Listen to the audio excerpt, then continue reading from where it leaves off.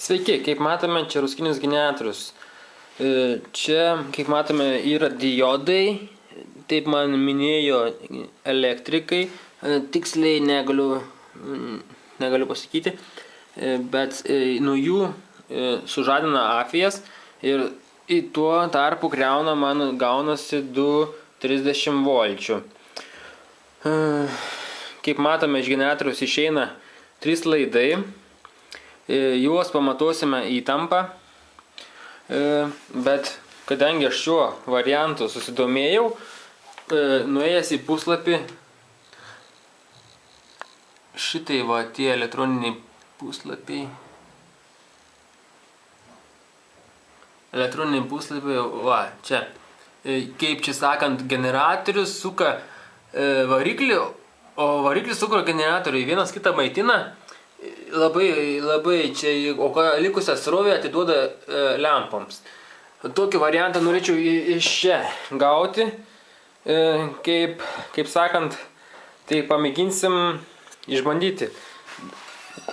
Išdėsiu dabar dangtį.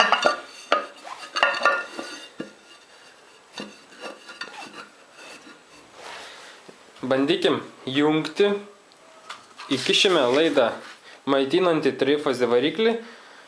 Kadangi šiuo atveju tik taip mes galime išsukti kaip eksperimentinis dalykas.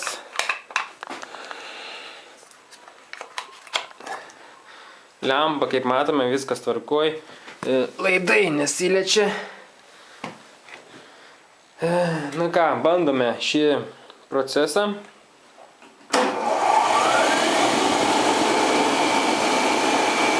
Kaip matome, lempa negriauna.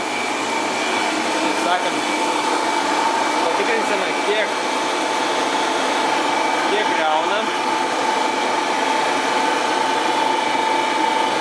Kaip matom, pridėsiu čia, griauna. Nepastovus krovimas vyksta. Dabar pridėsiu čia. Gaunas irgi nepastovus krovimas.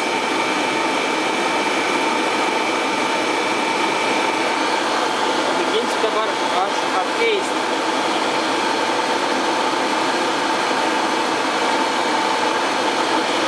Pridėsiu dabar čia. Gauname taip pat. Minusą 4. Pamėginsiu čia pridėti.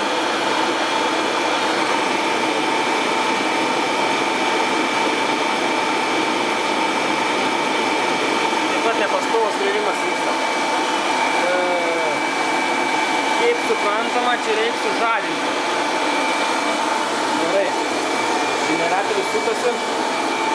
Lempa dar šviečia. Kadangi čia reikia man užtrumpinti.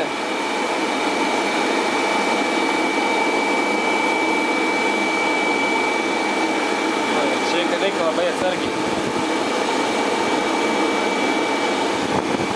O, kaip matome, lempa šviečia.